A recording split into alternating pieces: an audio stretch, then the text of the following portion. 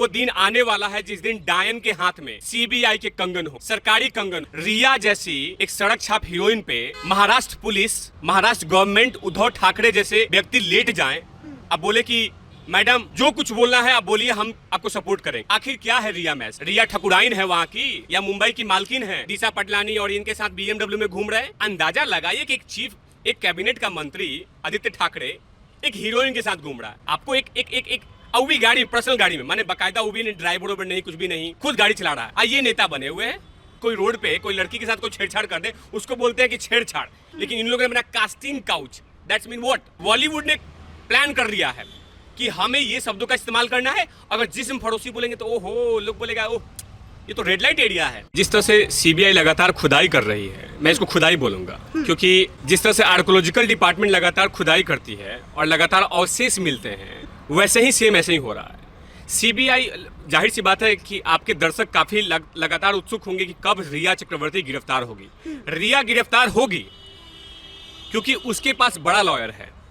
आज सीबीआई नहीं चाहती कि निगेटिविटी, नकारात्मक क्वेश्चंस हो सीबीआई पे, इसीलिए लगातार सीबीआई हर तथ्य को, हर पहलू को लगातार लेयर बाय लेयर जांच कर रही है। इसीलिए मैं बोल रहा हूं कि सीबीआई की जो खुदाई से लगातार अवशेष निकल रही है डायन के खिलाफ, वो कहीं ना कहीं वो उसको हराएगा, उसको घेरेगा। क्योंकि देखिए, षड्यंत्र के अकॉर्डिंग डेथ मारा गया है, क्योंकि एम्स ने भी बोला है कि इसको अगर जांच आप कर रहे हैं तो सुसाइड के मामले को लेकर नहीं आप जांच करेंगे, आप जांच करेंगे मर्डर के मामले को लेकर।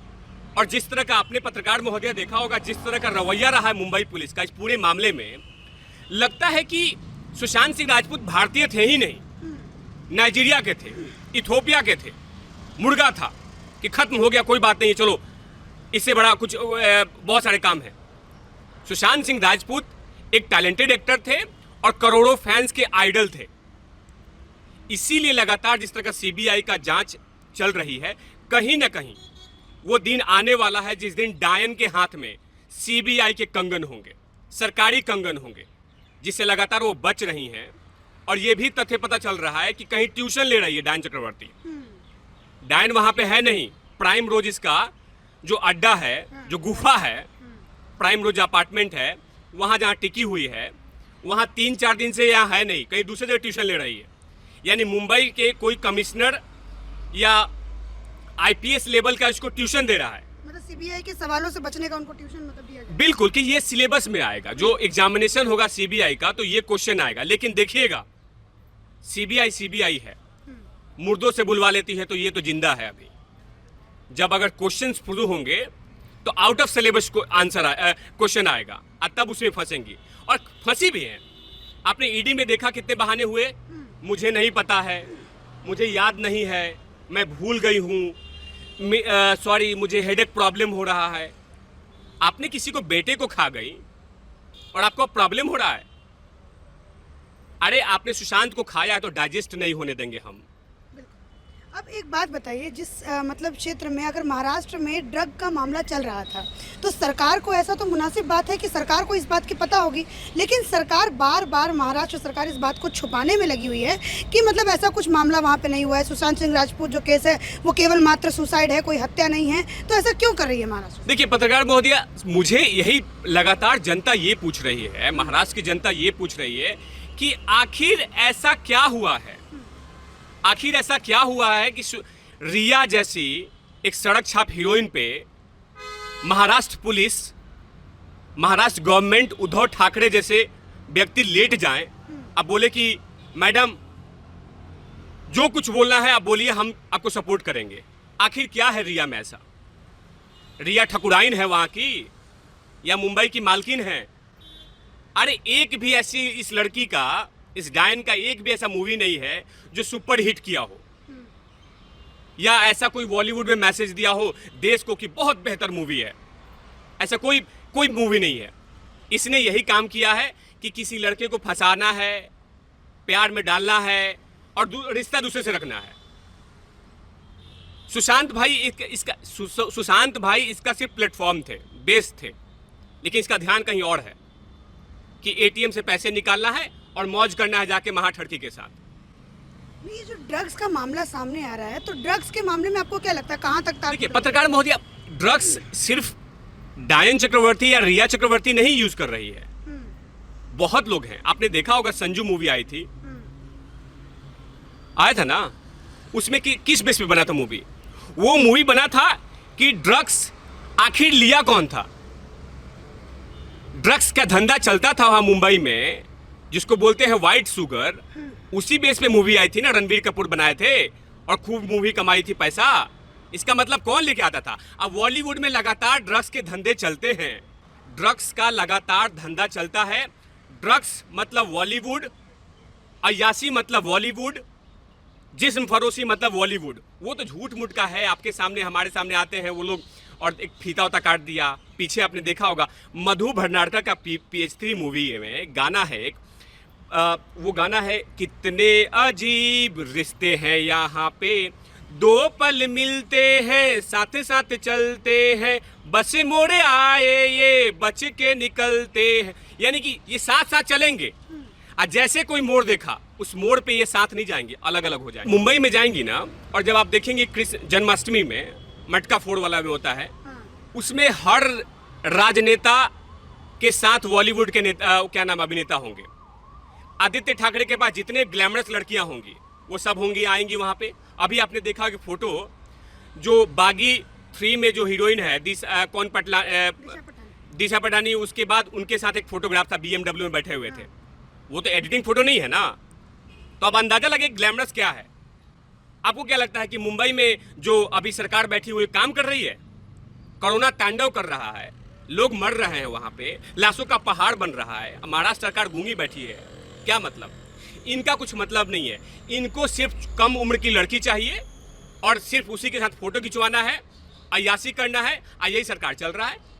लगातार पत्रकार महोदय मैं बोल रहा हूं कि बहुत बड़ा जिस्म फरोशी, ड्रग्स का मामला, कास्टिंग काउच ये लोगों ने बनाया है, बॉलीवुड ने बनाया है एक डिफरेंट वर्ड, कास्टिंग काउच। कोई लड़की के साथ अन्य कोई रोड पे कोई लड़की के साथ कोई छेड़छाड़ कर दे, उसको बोलते हैं कि छेड़छाड़, लेकिन इन लोगों ने बनाया casting couch. That's mean what? Compromise. अगर if you want a movie, अगर आपको मूवी चाहिए तो आप कॉम्प्रोमाइज कीजिए, आप इस डायरेक्टर के साथ सोइए, उस हीरो के साथ सोइए। ये तिवारी भैया नहीं, रवीना टंडन ने भी बोला है कि कास्टिंग काउच होता है। कास्टिंग काउच आप लोगों ने बनाया ना, लेकिन उसका जो रियल नेम है, उसका रियल नेम है जिस्म फरोशी। कि आप जाइए उस डायरेक्टर के पास सोइए, तब आपको मूवी मिलेगा। यानी आपके ऊपर में बॉलीवुड ने प्लान कर दिया है कि हमें ये शब्दों का इस्तेमाल करना है। अगर जिस्म फरोशी बोलेंगे तो ओहो, लोग बोलेगा ओह ये तो रेड लाइट एरिया है। नहीं, इसको कास्टिंग काउच बना दो। मी टू कैंपेन क्या था? छुआछूत। एक हीरो किसी लड़की को छोड़ दिया, किस कर लिया, तो मैंने कोई अन्य आदमी करे तो आपने छेड़छाड़ कर दिया है, आप नीच हैं। और यहां पे स्टैंडर्ड वर्ड बना दिया गया है गूगल से निकाल के, मी टू कैंपेन। माने आप लोग थोप रहे हैं हम पे, लेकिन जनता जान गई है। और आप जैसे टैलेंटेड पत्रकार लगातार बॉलीवुड को जो गोरख धंधे हैं उसको जो उतार रहे हैं आप लोग, इसे जनता जान चुकी है कि बॉलीवुड सबसे बड़ा कुकर्म का अड्डा बन चुका है। और वो जल्द से जल्द आप जैसे पत्रकार लोग इसको एक्सपोज करेंगे। अब जैसे उद्धव ठाकरे के सरकार में इतना सब कुछ हुआ, पालघर की घटना उनके समय में हुआ, आज महाराष्ट्र के अंदर कोरोना आपने जैसा कहा तांडव कर रहा है, फिर सुशांत सिंह राजपूत का केस आया, फिर दिशा सालियान का भी जो इससे पहले केस आया था, इतना सब कुछ कांड मतलब लगातार हो रहा है। लेकिन आज कोई सा भी ऐसा गैंग सामने नहीं आ रहा है जो कि सीएम का इस्तीफा मांगे, सीएम के बारे में कुछ खिलाफ आकर के कोई भी बोले, कोई भी ऐसा कोई भी सामने नहीं आ रहा है। तो इनके डबल स्टैंडर्ड पे आप क्या कहेंगे? मैंने यही बोला कि खुदगर्ज एक सिर्फ बीजेपी पार्टी है जो लगातार इन पे वार कर रही है, इनसे क्वेश्चन पूछ रही है। लेकिन जो अभिनेता अपने आप को बोलते हैं बड़े बड़े अभिनेता, अक्षय कुमार, शाहरुख खान, सलमान खान, अमिताभ बच्चन, ऋतिक रोशन, प्रियंका चोपड़ा, रानी मुखर्जी, जया मैडम, बॉलीवुड में जाएंगे ना, इतने कालिक हैं, इतने कालिक हैं कि बाहर नहीं निकल पाएंगे। वहां कोई सच्चा फेस है ही नहीं मैडम। कोई 3 शादी कर रहा है, कोई 4 शादी कर रहा है, कोई क्या ना। अभी मैं बता दूं, मैं खुलासा यही करता हूं, आमिर खान 47 साल का ये लौंडा है, और शादी कर रहा था वो लड़की कश्मीरी जो लड़की थी उसी से।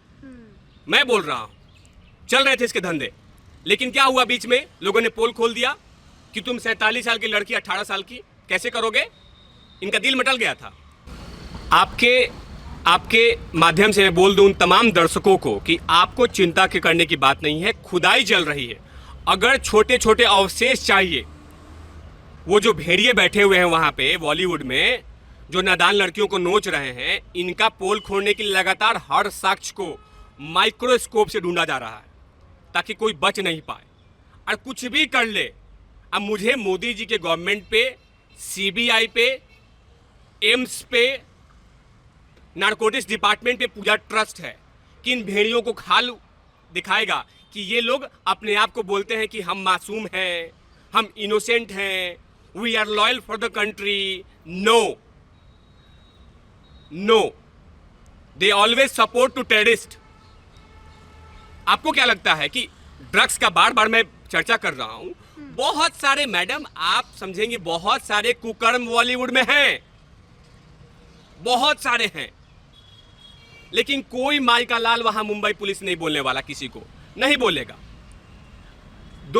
1947 से लेकर 2020 तक आज तक किसी भी एक्टर को उठाया नहीं गया है, किसी को नहीं। जिया खान चली गई, तड़प के चली गई, उसको खुलेआम उसको ये ठड़की भट्ट महायास आदमी ने धमकाया उसकी माँ को, जिया खान की माँ को, कि जिस तरह से तुम्हारी बेटी को सुलाया है वैसे ही सुला देंगे। अब मुंबई पुलिस मूक दर्शक बनी रही, मुंह पे टेप बांध कर रखी। उस समय क्या नाम है, पूजा भट्ट के लोग दुपट्टा सूंघ रहे थे। मैं इस तरह का आरोप लगाऊंगा क्योंकि हमारी बेटी गई है ना, वो कोई भी बेटी हो, चाहे जिया खान हो, चाहे दिशा सालियान हो, चाहे कोई भी हो, बेटी बेटी होती है। उसकी माँ आज भी बोल रही है कि वहां पे आप जाएंगे तो सब अनपढ़ गवार हैं, सब अनपढ़ गवार, वो चाहे किसी को ले लो आप। ये अनन्या पांडे आई है, चक्की पांडे की बेटी, खाली पीली की बेटी, एक मूवी आई है, आ रही है। अनन्या पांडे से पूछा गया था, मीडिया ने पूछा था एक प्रोग्राम में कि सब्जी का नाम बताइए। आई एम नॉट लाई, मैं झूठ नहीं बोलूंगा, ये बोल रही कढ़ी पत्ता, सब्जी का नाम बताइए। अरे एक गली में एक लड़की से, छोटे से लड़की से पूछेंगे सब्जी का नाम तो 50 नाम दे देगी। इन्हें बोल रहे हैं कढ़ी पत्ता, बताइए ये सब्जी। मैं आ रहा हूं पत्रकार महोदया। और ये उसके बाद क्या नाम है, आलिया भट्ट, जिसको जबरदस्ती इस पे देश पे थोपा गया है। त्रासदी है इस देश के लिए, जिस तरह से इस देश में 370 है, ये त्रासदी है इस देश के लिए। मैं तो पूछ रहा हूं, ऐसा कानून लेके आना चाहिए इस देश में कि इनको थोपा कौन हमारे ऊपर,